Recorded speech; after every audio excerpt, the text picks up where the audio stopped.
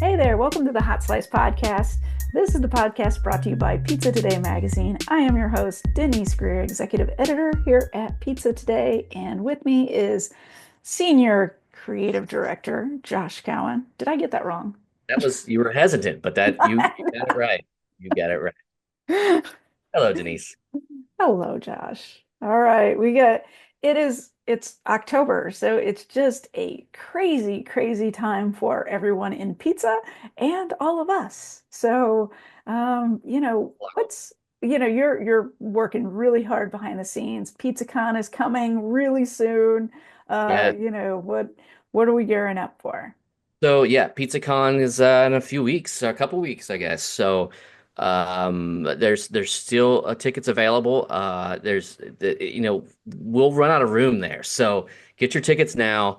No. Because I mean, I'm not sure what they'll be at the door, but you want to get your tickets now, and get your spot at PizzaCon. It's going to be a full day of pizza, just one Oh yeah. loaded day of education, activations, uh, Hmm. a lot of networking, so there's going to be a lot of people in the building, a lot of knowledge in the building. So be sure when you're there to talk to Yeah. people and ask them questions. You'll see a lot in this podcast. Asking questions will get you far. See? And so please do that when you go to PizzaCon. It's at the Fillmore in Philadelphia, November 7th, 2024, a couple days after Election Day. So yay. And then, but yeah, get your tickets now at pizzacon.com. Absolutely. And hey, guess what? So registration for Pizza Expo is open. Can you believe that? This is early. This is really early. So if you're a competitor and you're wanting to get into those competition spots, you need to register right now because competition it always goes on a waiting list. So if you want that category that you want to get into, make sure that you're registering now. This in 2025 is going to be by far our largest international pizza challenge of all time. Absolutely. It's going to be epic. It's going to be a lot of competitors. I just had a meeting with the Master Pizza Gang, Michael and Marca, and Jeremy, and Mhm. they do just an amazing job every year. And the fact that we've went from maybe like 90 competitors to like maybe 500 this year, it's absolutely insane. And they just do a fantastic job of organizing that every year. And I think it's one of the best competitions in the world. It is, and then they've set the goal to be the best competition in the world. That the last time we spoke, they told me they're like, we're just going to do it, and that's the mindset they have, and it is outstanding. It is a wonderful competition, and I honestly I can't wait. It's one of my favorite things about the show each year. So Absolutely. registration is already open for Pizza Expo in March, March 25th through 27th, I believe, 2025. So. Yeah, I'd say October is a crazy month because here it's National Pizza Month, right? So we're just getting into kind of the final legs of National Pizza Month. By the way, do you know what I did personally for National Pizza Month to celebrate? What's I that? took I took my bike club on a pizza slice tour. Oh, And so wow. we visited three pizzerias in Louisville on our bikes. So we had like 10 people just cruising up to different pizzerias and having slices and beer and soda and everything. So it was a lot of fun. So personally, Let's that's let's, how I let's get into celebrate that it. real quick. Let's get into that. Were you the tour guide? Yeah. Okay, and did you call the places beforehand and let them know you guys were coming, or is it just one of those things you just kind of showed up, or Well, what I did was I picked in between time. I picked a Sunday in between lunch and dinner 3 p.m. because is I knew that they wouldn't be as busy. And for the most part, we were ordering slices anyway, so we didn't have to do call aheads on everything, and everybody was super easy to work with. And in fact, one pizzeria Danny Max gave us two pizzas because they were like, "Hey, I know you called and said you wanted it cut, and we forgot to cut it." And because I told him, I was like, "Could you cut it more than you normally do, just so we can let people try it?" Right. They were like, "Well, we forgot to cut it, so we're just going to give you both pizzas." So they made two pizzas and gave them to us. Now we devoured them, of course, and then went on to eat at two more pizzerias. I thought they did do they do party cut at Danny Max? No, no, no. Okay. They're super cheesy, big like slices. Over It's the other traditional, places. like American kind of hand tossed style pizza. Very cheesy. They love their cheese there. What were the other two spots you went to? Okay, so we went to the Post Yeah, Pizza in Germantown, great and slice. we've covered the Post on in the magazine before as an on the road feature once.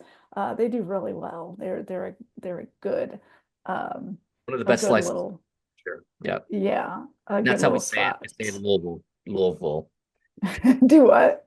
And that's how we say Louisville. Louisville. It is Louisville. And then the other place we went to is Goodfellas because Goodfellas is a pretty new pizzeria for us. It hasn't been around that long. And so a lot of people hadn't been there yet. So we went to Goodfellas as well. Now we Yeah, could have picked like 12, there are like 12 to 13 pizzerias we could have picked that are in biking distance, but we had to limit it to three because you can't eat any more than that and ride a bicycle. try me. Try me. Well, I don't know if I can still ride a bicycle, but yeah, Yeah. I So it was a good time. We're pizza crazy. And our guest is pretty speaking of pizza pizza crazy, crazy from way back when. And so who do we have on the show? we have Miriam Weiskind today on the show. You may know her from the ZA Report, but now she's working on a new project. She's getting ready to open her first brick and mortar. I'm so excited for her. It's called Yums of PDX. It's in Portland, Oregon. So she went from coast to the other coast. So this is a great interview. We kind of get into her apprenticeships, which were, I mean, if you want to talk about apprenticeships, I mean, she really did it right, and Yeah.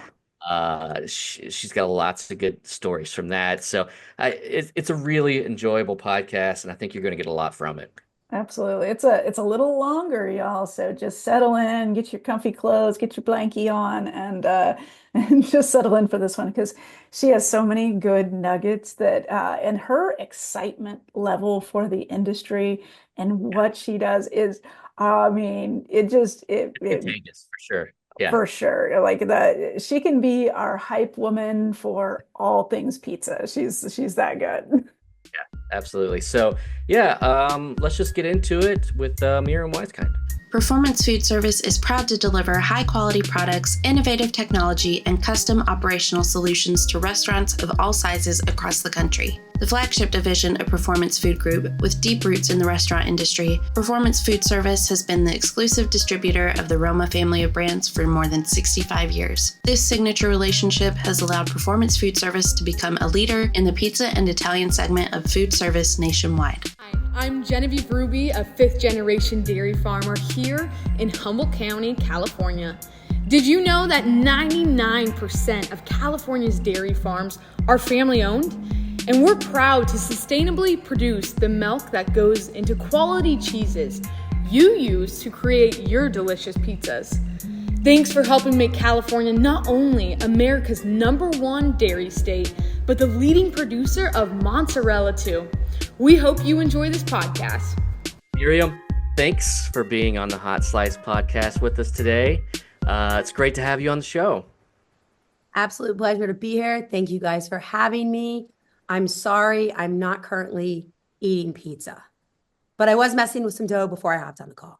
Okay. That's important. That's really important. Well, thankfully we don't have to eat pizza on this show. We just talk about it, so you should be good to go. Okay, let's dough this. What you got? Oh, let's do this. I heard that. All right, all right. So you have some pretty exciting news that just happened. And I think that you should share it with our listeners. So the ZA report, which everyone knows as, Hmm. I think for like almost a decade, I was the left hand to Scott Wiener with the pizza tours. Yeah. But the ZA report, which was baking pizzas during the pandemic, doing restaurant takeovers, is officially opening my brick and mortar called Yums of PDX in Portland, Oregon. We are going to be a 2000. Congrats. Thank Congrats. you. Woo, Thank you. yes. We're going to be a 2,000 square foot neo-Neapolitan pizzeria that specializes in neo-Neapolitan and wood-fired Sicilian pizza. So I've basically taken everything I've learned from all the different pizza god and goddesses and combined it under one roof to share the magic and love that others shared with me, so that Oregon, Portland specifically right now, gets to enjoy a slice of that. That's fantastic. You've the last few years have been kind of remarkable for you. You've been, just going up, up, up. So tell us some of the spots that you've went to and worked at and kind of learned under. So one of the first apprenticeships I did, well, the way that I figured out I wanted to bake pizza, aside from a former partner of mine volunteering me to bake pizza in her boss's oven in Connecticut, which I didn't know what I was doing. I Mhm. figured it out, but I kind of got the itch, and this was in 2019. So in 2020, I was like, I'm going to do less creative work, focus more on helping Scott with his corporate tours. But then I went around to a ton of pizzerias in New York and asked for a job to learn. And literally the only person that was like, sure, I think you'd be good behind the oven making pizzas was Paulie G. And the Yeah. first night I was there, I felt head over heels in love with baking pizza. And he's like, kid, I mean, not that I'm a kid. I Yeah. do look like I'm in my 20s. I'm in my 40s. But he's like, kid, you got like a job where you're a creative director, you have an agency, and you want to make pizzas. And I was like, yeah, I really Yeah. enjoyed this. And he was impressed that I did it in the first night. So I wound up doing that for like 4 nights a week. And then the pandemic hit. But we're going to fast forward a little bit. After baking 5,000 pieces out of the apartment, helping people out, restaurant takeovers, I then was offered several opportunities to take on apprenticeships with some very incredibly talented people in pizza. And the first one I took was with John Arena and Chris Decker and Michael Vacnine in Las Vegas. So I went Mhm. out there for 2 weeks, and I spent time working under the wings of Chris and Michael. And the thing is like those two are polar opposites in terms of like Chris was teaching me like everything about the Sicilian. And then I had Michael teaching me everything about dough. And then I have Yeah. John in the middle just talking about life and how to balance it and how to be Yeah. passionate and true to the art and just really put out there this authenticity and that, it's just about the love you have for the craft and picking up the skills to make pizza and share that love. So I remember at one point, like I had gotten into the pizza, I went with the pizza expo, I got into the competition and I was like, I don't think I'm good enough to do this. And Michael's like, you're competing. He goes, I don't care if you finish last place. You're going to get up on that stage and you're going to do this. And I did it. And I did not finish last. I think I finished middle of the pack. And he's like, you have such a special talent in you. He's like, you're my sister in pizza. You're going to continue doing this. And so that was a moment when I questioned, like, can I do this or shouldn't I do this? But he really encouraged me to step on that stage and do that. And that was the point that I really became more serious and I saw a future and that I knew I wanted to open up my own restaurant. After spending time studying with them, the following summer, I was offered an incredible opportunity. Well, I visited Spaccanapoli. I went up Mhm. there for I think 2 weeks, worked with Jonathan after my stint with John and Chris and Michael. And I had such a great time with Jonathan. Although I will say, I think like 6 of the days I was there, I was only allowed to take dough out of the bin because if you can't get the dough out of the tray, you can't make pizza there. And because it's the most important part. Yeah. That pizza making starts with the dough coming out, and then it's got to be stretched and it's got to go at the top to go in the oven. And you mess that dough up in the first part, you're setting the rest of your team up for failure. So, but I loved it. And eventually, I went to Jonathan. I said, I want to learn to run a restaurant. So he agreed to let me come and work for him for an entire summer. I did everything from mopping the floors to working at cutting 550 pounds of Italian cheese a week by hand, Whoa. mixing dough for like 600 dough balls for, a couple of nights where they're that busy. But, and actually working on the line. Now, I only spent one day getting the dough out of the bin at this point. I had really been schooled on this.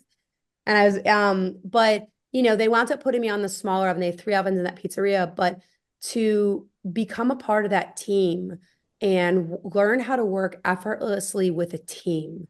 It really laid the foundation for me to understand how to work with others and manage people that will work with me. But you know, that summer at Spaca, like it was like it broke me, but it made me in the best kind of ways. And it taught me how to really work hard. And he gave me advice and said, the most important thing you have to remember is to be patient. Do not rush anything. So if I told you I spent 4 years figuring out what city to open, looking at countless spaces and finding what style I'm going to land in, it was because I was heeding the advice of Jonathan Goldsmith, which was to be patient.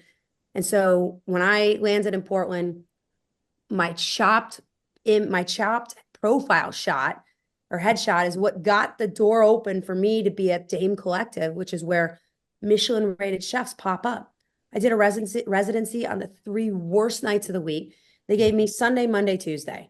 I'm like, if that's what you guys are going to give me, let's do this. I got 2 electric uni ovens and parked them on top of a range with like 10 sheet pans underneath it. And we opened up and I was able to pilot what my program would be. And we sold out. And we proved that on the worst of nights, we could draw a crowd. And then I decided Portland was going to be the place where I should do this. I felt there was room for good pizza here. But most of all, I felt very welcomed in the community here. I felt that it wasn't about competing with my peers, but it was more about we all are in this together and we'd be honored to be in the same space with you. And that's why I chose this city. So, I mean, can I tell you guys, when I was doing my investor round, I didn't think I was going to be able to do it. I was doing cash loans like Yukon, didn't work. And then Laura Meyer's like, well, you might have to sell some of the company. I said, okay, I'm going to sell 18%. 18 is for me means life. It's an important number. And out of 106 people, only 4 said yes. And I still have to find 2 more. But I like to tell people that I sold a pizza for $52,500 because this person came to one of my events, had the pizza, and was sold. So I don't know if I get a Guinness Book of World Records for that sale, but I should. Oh my goodness. That is amazing. Wow. Yeah, So that's an much to expensive share. pizza, right? That's Yeah. great. Yeah, it's taking everything that I've been taught by my peers. I mean, there's so many people. I mean, Nino Coniglio is the one who taught me how to use a mixer, made me stand outside in a dark, cold backyard with an uni, slapping open 2 trays of dough while smoking a cigarette over my shoulder and telling me, keep going, kid, slipping on the Chianti. You know, I think you have a book in you. I would totally read I your do. book Yes. You guys want about to publish all a your book. tops. But Yeah. like the I stories think with Nino. But like again, like they're a big part of the story. Yeah. It's him getting me learning how to open up that dough, and it's just there's so many elements, there's so many slices in this box. It's a stack full. Yeah. That's, And John said you were need to be patient. I think you've been plenty patient. I think you've made the necessary steps to have a very successful business for sure. Yeah. And I'm part of Unsliced right now. So I'm working with Mike Bausch. When the owner of the space that we rented, he was like, I've been in hospitality for 43 years. You've never opened a restaurant. You haven't run a restaurant. And I don't know about this, but I sent him my business plan and I told him I was investing in Unsliced. I said, listen, I don't know the business side, but I'm going to learn it and I will figure this out. I've always hustled and figured it out. That's the name of my game.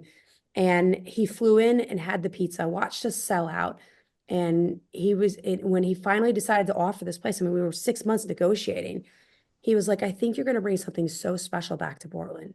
And this pizza is so incredible. And everyone is touched by you.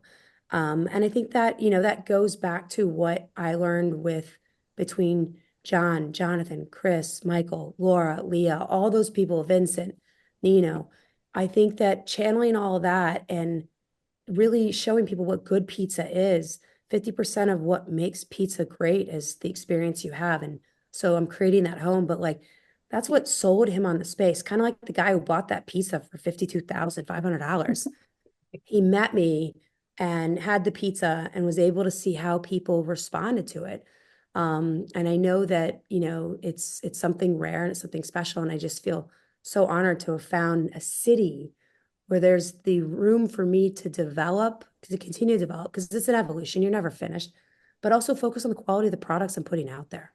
Mhm. So, but yeah, lots of lessons learned along the way and to get to this point. But I don't have partners. I have mentors. I have people guiding me, but I own 82% of my business. I have silent investors who are people that just were like, we have the money, we believe in you, and we've got to get you off the ground. Because I walked into that space and I was like, this is going to be my home. I'm just Wow. visualizing everything knocked out right now. I got the 2 holes in the ceiling I need at the walk-in, and I have parking. That You might have be the parking. first That's part. Parking's important. huge. I find it so impressive that, because some people, they just would not be willing to put themselves out there and put themselves in front of some of the leading pizzeria operators in this country and say, hey, I want to learn from you. What is it going to take? Let me in. So like, how did you do that in the beginning? Like how did you make this happen where you have lined up just all of these incredible mentors, that started from somewhere. Where did it start from?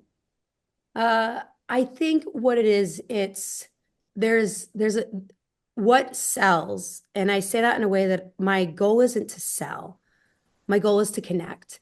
Mhm. And I feel strongly about the authenticity of what I do, Yeah. that I'm willing to fail and to get back up and to continue going.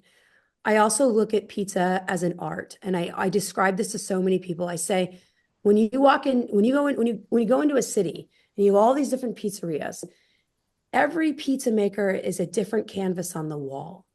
And it's about experiencing each of those individual pieces of art. So you're walking from this piece to that piece to that piece. No pun intended, but yes. But I think that when you start to look at pizza as an art form and not about trying to find the best possible slice, you're able to experience it at a different level and appreciate it so much more. So I feel that by working with Scott for 10 years, or almost 10 years, I think it was like Yeah. eight, between 8 and 10. It's hard to tell. Yeah. But I think working with him, I mean, when I met him, we say, oh, it was love at first slice. Not like that, but like that. Yeah. But he's like, you don't know why the pizza's good, but you know what good pizza is. And he set me up on a foundation to learn the rest.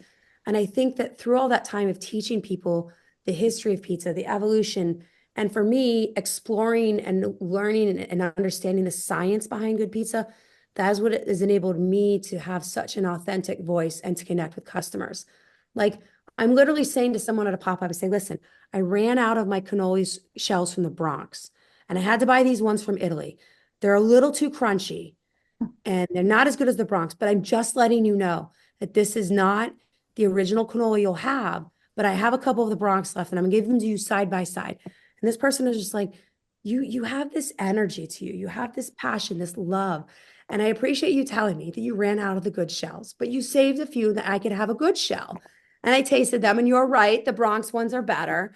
But it's all about the authenticity. And I think that each of the mentors I've worked with all have a special connection with pizza like that.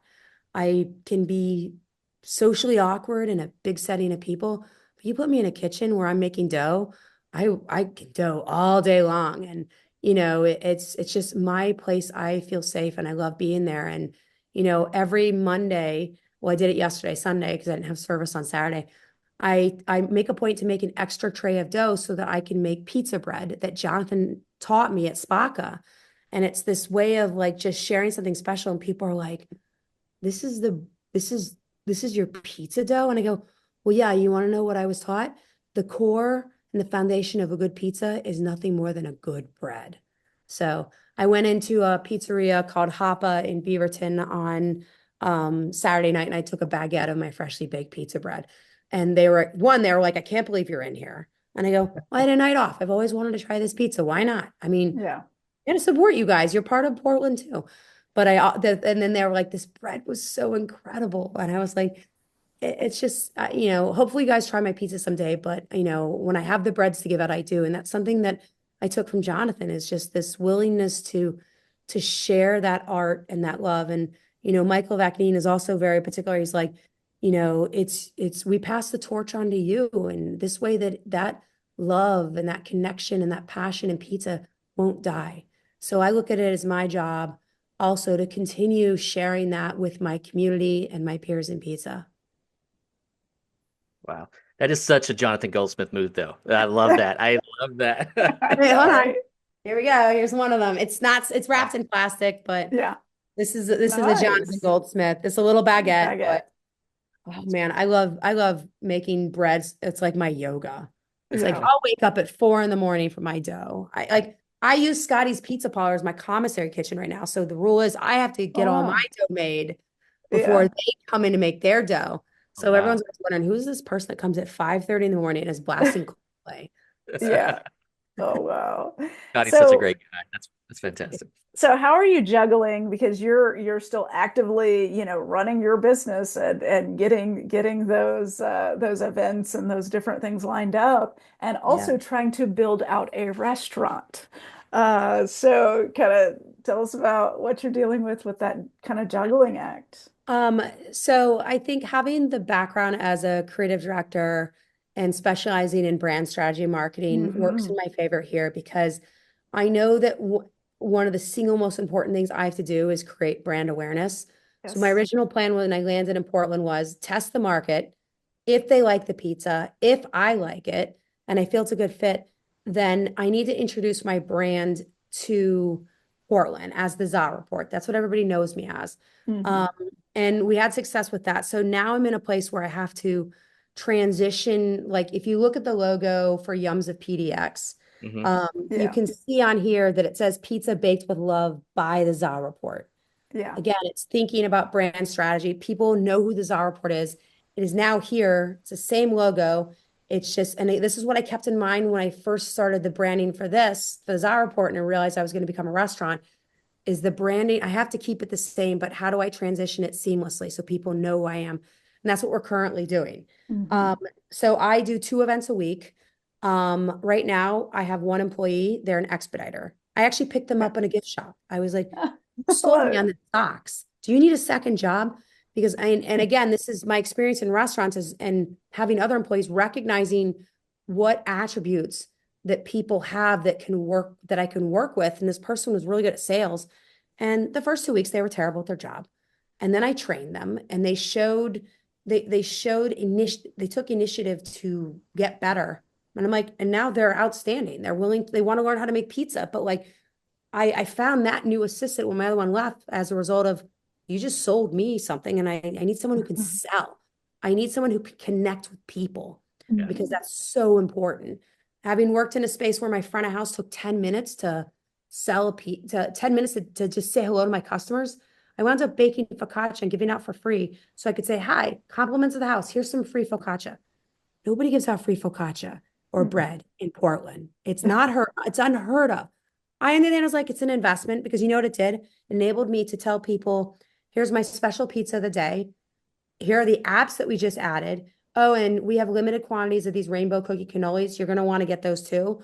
I tripled my sales. So even though Yeah. this space was only doing 1.5, we were only doing we were only turning tables 1.5 times, which is Yeah. detrimental to the business. You know, I was tripling the sales by just giving out a small piece of toasted focaccia. Hmm. This is a conversation I had with Michael Vacnine. He's like, give it out for free. You love making bread, give it out. Yeah. Yeah. They're going to remember that. And then the best part is I had this one influencer come in. This was at Dame, and his name's Gary the Foodie. He's a great guy. And he sees me serve Sicilian, and he goes, well, that's not on your menu. I go, oh, we have a secret menu. If you read my captions on Instagram, you can get the password. So he came in the second week in a row to get the secret pizza. And I said, Gary, when we're open, don't worry. There'll be limited quantities of Sicilian, but it won't be a secret. That's You awesome. find these, again, this is what I picked up is what are elements of New York that I loved and how do I connect with that customer? But that's how we were able to launch those pop-ups. So to go back to the original question, 4 minutes later, how do I do all this? I'm up every day at 5. Most of the time I'm getting a run in with lots of lights on because there's no daylight here till 7 a.m. But my schedule is mapped out a week in advance. So today it's podcast, casting call, unsliced meeting, then it's going through calls with contractors, and calls with my architect, my interior designer, then ordering my oven and the equipment, and then I have a meeting tomorrow. But it's just it's planning everything out. Tuesday, 4:30, I gotta make Polish, because guess what? I'm mixing at 5:30 on Wednesday and Thursday for an event on Friday and Saturday. Right now I have to take every other Saturday off because I spend Saturdays and Sundays managing things. Literally, I'm working on my floor plans, like at the table. So, but everything is scheduled. But I have to continue increasing my brand awareness and introducing brand to market. And that is through the use of social media. I stopped stressing so much about posting every day on Instagram because the algorithms have changed so much. And it's more about, let me put up stories, let me put up videos that'll count, and just continue being present in my community. So like I'm working a marketplace for women in the industry, when I say industry, like hospitality, on Sunday from 12 to 5. And for me, that's exposure. I'm doing collaborations with lots of other vendors there and doing free sampling. And every person, the biggest piece of advice I give people is like giving out this sticker. The sticker might cost me a quarter, but they stick around and people put these everywhere. And like we found them all around the city. I have another one that's a girl running, but like every customer right now gets a free sticker and an Andy's Mint. They Ohio and me. But I think it's just being strategic with marketing. I've had to scale back on the pop-ups just because I am doing so much. I have 2 consultants I work with locally who are just doing it out of the graciousness of their heart. They own a pizzeria in McMinnville. Those 2 gentlemen have been coming up to help me with, so I have people with their feet on the ground that know what I need to be doing in Oregon. But everything else, I'm doing it on my own, and I'm able to call Laura. I'm able to talk to Vincent Rotolo 3 times in one morning while he's opening up his own second pizzeria. But it's juggling a lot. And I also try to be very conscientious of not asking people for too much advice, but when I do, to make it count, to be very thorough and to the point, and to heed that advice. That's So amazing. you're an ultra runner, am I correct? Like I you do am. ultra races. And so I mean your focus and discipline is out of this world if you're running 100-mile races. So how is that transition to how have you taken that into becoming a business owner? Even in the investment round, when the 58th person said no, my sister's like, you're not going to DNF this. And my dad told me to go back to design. My sister's like, you're not going to DNF means do not finish. Right. Yeah. No, you're not going to DNF. You're going to figure this out. Yeah. And I was like, all right, I got to keep going. So I look at opening the restaurant as almost training for this never ending ultra. Yeah. And I'm going to get to points, because in an ultra, you die and you come back to life a lot. Right. I just got back from running across the Pyrenees for 7 days, and I died a lot out there. Yeah. But I kept going and I refused to quit. It's the grit, the determination to not let that dream die. So for me, there've been a lot of roadblocks. Like I said, the original the landlord of this space wasn't gung-ho at first, but like I was like, I'm gonna prove why I am an investment. And I said to him, this isn't about me renting your space. This is about us creating a partnership. You know what Polly G's did in Greenpoint for that neighborhood? Look at me in the same way. I'm a defibrillator.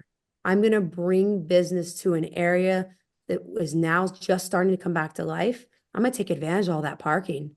You guys got the spots. I'm going to fill them.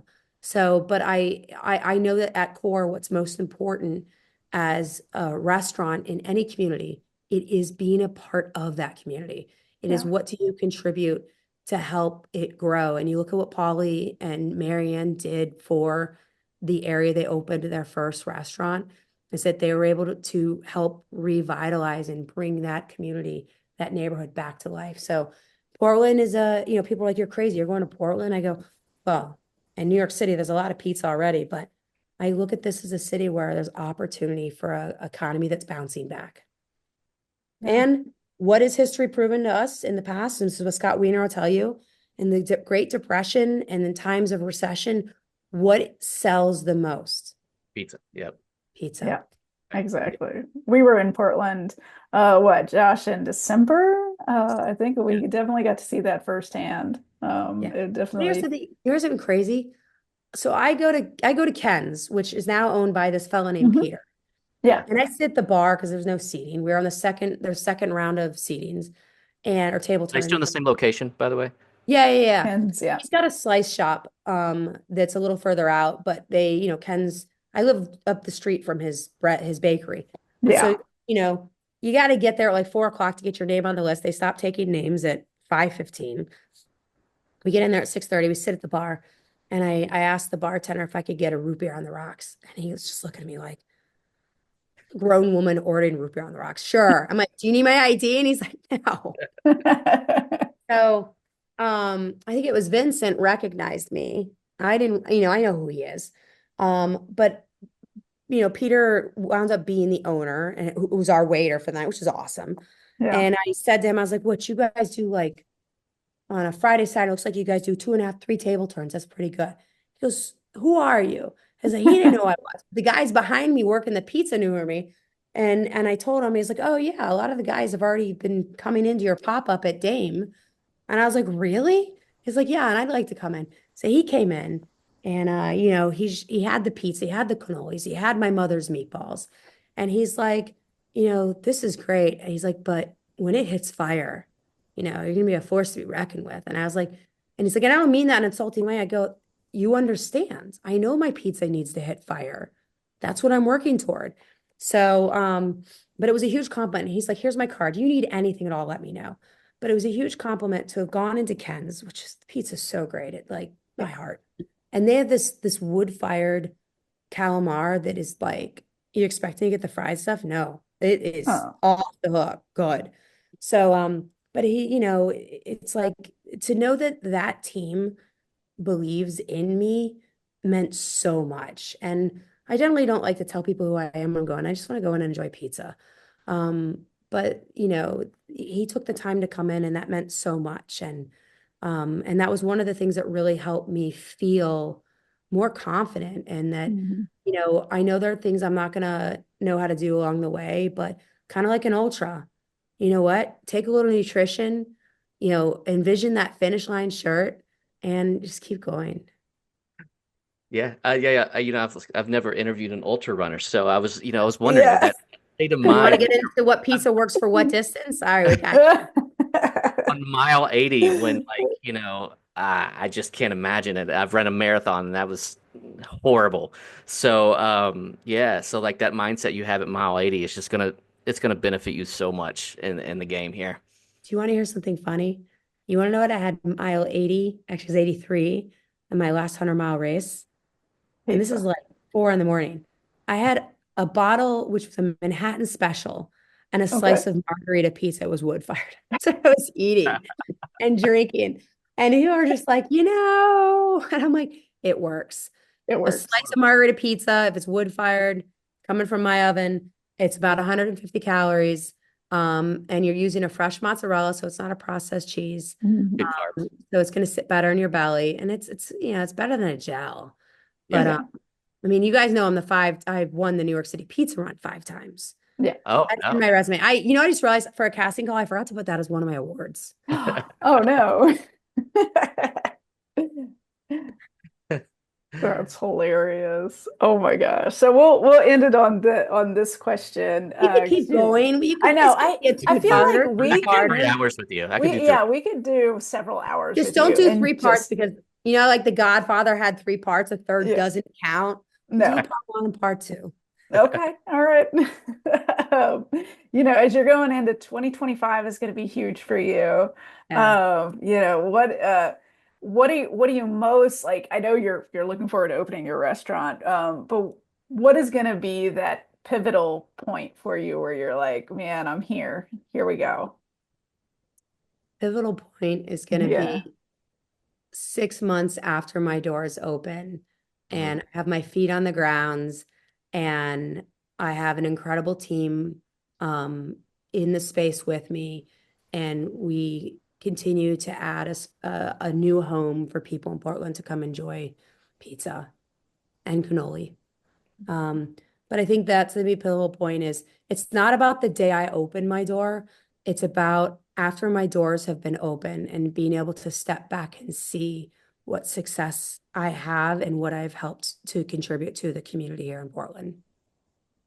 Do you have a amazing. target date for opening? February. So our construction, we're hoping to be done by February / March. And then I plan to take a month to onboard my team to have people come into the restaurant and dine in so that they can practice and train people. And then have a grand opening / soft opening just before April, if not April. Part of what I negotiated with my landlord was I got 180 days of no rent. So like a true ultra runner, you know, I've got to keep going. So even when I was on my deathbed last week with a mask on, I went and met with everybody because I'm like, I've got to keep going. I don't have partners to step in and do this.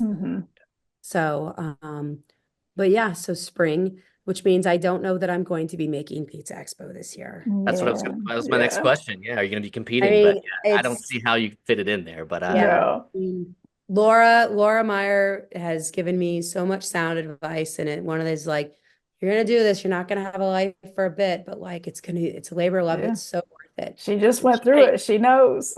Yeah, I mean, she's been like such a huge inspiration. And it's funny, Leah Skirto also was like, just go sign a lease. What are you waiting for? Like you'll figure it out. And I got Leah on my shoulder. And I was like, well, Leah says just go sign the lease. So let's sign the lease. Let's just figure it. She's like, you'll figure this out. You've got us to lean on. And they didn't have that luxury. No. You know, she didn't have that when she started. And, you know, I mean, John Arena didn't have that. And like, you know, you look at all these people, but like having that now and, you know, what you guys have put out there by creating this community for people in pizza and the industry professionals, that's what enables us to have that community of support is by bringing us together and giving us that platform. So I have to thank you guys because without you, we wouldn't all be slices in this box together. The pizza community is a special community. There's no other business out there that shares like the pizza community, and you know, and you see it every year at Expo, and it just blows me away. It's so fantastic. I know. We love it. And I try to tell that to new people that are just coming in. I was like, don't be afraid. Just approach anyone. Anyone that you think is doing what you want to be doing, just talk to them. They're so available for it. So it's like you cannot succeed unless you fail first. That's how like, I mean, look at invention of the light bulb. You know how many times they failed before the light worked? Yeah. So, but I also hope that, you know, and you're right, I should write a book about this. But the experience I'm going through now, and even before physically opening this, it's like I'm somebody who hasn't done it before, but I'm utilizing everything I can, all the resources and the people in order to make it work and make it happen. Because like I said, there are definitely days where you're like, oh, I want to quit. I mean, there's a video of me doing a pop-up where it's pouring down rain. I saw the photo. Flash flooding. And everyone's inside. And my sister's like, I gotta get a video of this because she's just not. I love it. You're just standing there like, oh, here I am. I had 26 pies sold at that, like that still need to be made. I'm like, I'm gonna wait the storm out. And those people all waited inside. And I have said, listen, it's so humid out. Y'all are getting those failure to launch pies. They're not gonna be perfectly round, but they're gonna be perfectly good. Yeah. Not a single person complained, but they all were like, I cannot believe you stuck it out. And of course, this one food critic who happened to come before the rain witnessed me do that. And she's just like, I can't believe you stuck it out. And even the owners of that bar were like, you know, everyone else would have gotten home. I go, I had 4 trays of dough still to make, and I wasn't going to waste that dough. No. So, but it's just the grit and determination. And, you know, but I mean, you have moments like that where you're like, oh my God, like, why don't I just, what am I doing? Or like, I'm so stubborn. What am I doing? Like stubborn grit. I said to my sister, I get back from the Pyrenees race. I'm like, I made a mistake by opening a restaurant. I'm about to like say goodbye to like, you know, watching Real Housewives of New York with you on a Tuesday night. with But the dogs on the couch. And I'm like, it's so gonna now be you got a story. Now you got a Yeah. story forever. And and people are gonna remember that. I mean, my God. So yeah. someday Kudos. I'll be a keynote speaker. Someday.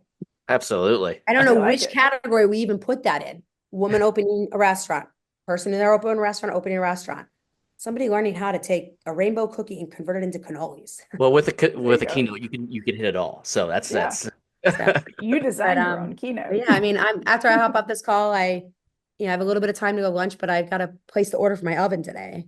Nice. And I'll share this one cool thing with you guys. So I'm a dork. I research everything, but like ovens, it's like, I'm like, what oven do I want? And how do I figure out how to get that oven?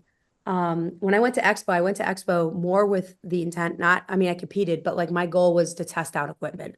Mhm. And I don't know how happy Roberto was when I went over the Fiero 40 booth and I was like, I just need to spend like 2 days on the Sakunto because I want to make sure it's the oven I want. Yeah. It's Pavesi, I can just build in the space. That's what people use. But the Sakunto, like this is like the mother lode of ovens for making Neapolitan pizza. So Roberto was totally fine with it. And Peter and Anthony, they're like, hey, you make really good pizza. I was like, you guys could use a woman on your team. But so I wound up doing a ton of research about the weather here and the ovens that people use. Mhm. Most people that do wood fired are on a Pavesi. I didn't really see any Akuntos. I mean, you go to Oven and Shaker, you go to Nostrana, those are like the Jonathan Goldsmith, that's what Kathy's Mhm. place. So, but I discovered that the guys at McMinnville in the McMinnville pizzeria called Capo that are helping me, they have a Maraforni, but they're like, you want to go with gas and wood. And the reason why is that you can heat that oven up with gas and then Yeah. just use wood for service. And Yeah. also it's a safety net so that if you get a wet delivery of wood, which happens, Mhm. right. you can still have service with gas. So that's what I was doing in Vegas. I was like, my goal was just testing out this equipment and making sure I could do it. And I was like, oh, I feel like I'm back at Spaka. Not as much pressure because I'm not baking, it's not 12 pies every 2 minutes, but Yeah. but that's what we're going with an Acunto and like Una Napolitana, Anthony's been a huge inspiration for me because I'm like, Mhm. my focus is pizza. All the other small things, they're nice add-ons, but I want you all to come in and experience really special pizza. So, but it's like one of those small things that people are like, why don't you just go with 100% wood? I go, it's Portland. Let's talk about the Yeah. weather. Yeah. Yeah. It's wet out and you have to be, also I reduced my wood consumption by 75% by going with this oven. Wow. No, that's a A great lot of idea. gas, as my dad would say. Anyhow, Uh, so well, Miriam, thank you so much for taking Oh some time man. out of your very busy schedule to hop on with um, this. And congratulations on everything. We're just so proud of you. Yeah. I think we met maybe like, I don't know, when was the first time you come to Pizza Expo? Oh wow. Yeah. that was like, 2008, maybe? yeah, 2008. I think that's the year I met you there. And so, yeah, That's even before my time. I didn't get there until Yeah. 2011. So, yeah, just to see what you've done and how you've grown. It's big congratulations. I'm so Yeah, proud of thank you. I know Scott is still like, I can't believe we're right here with this. you. yeah. So, but I feel incredibly grateful to have the support and the love and to been embraced by so many people in the industry. And again, it's all but paying it forward and continuing to share and enable that art and pizza to grow and prosper and continue to change people's opinions about what good pizza is and how to really appreciate bad pizza. Learn from it. End quote. All Anyway, right. Thanks a lot. thank All you And guys for right. everything. Stay All right. cheesy. Until next time, have a slice day. I love it. We'll see you next time.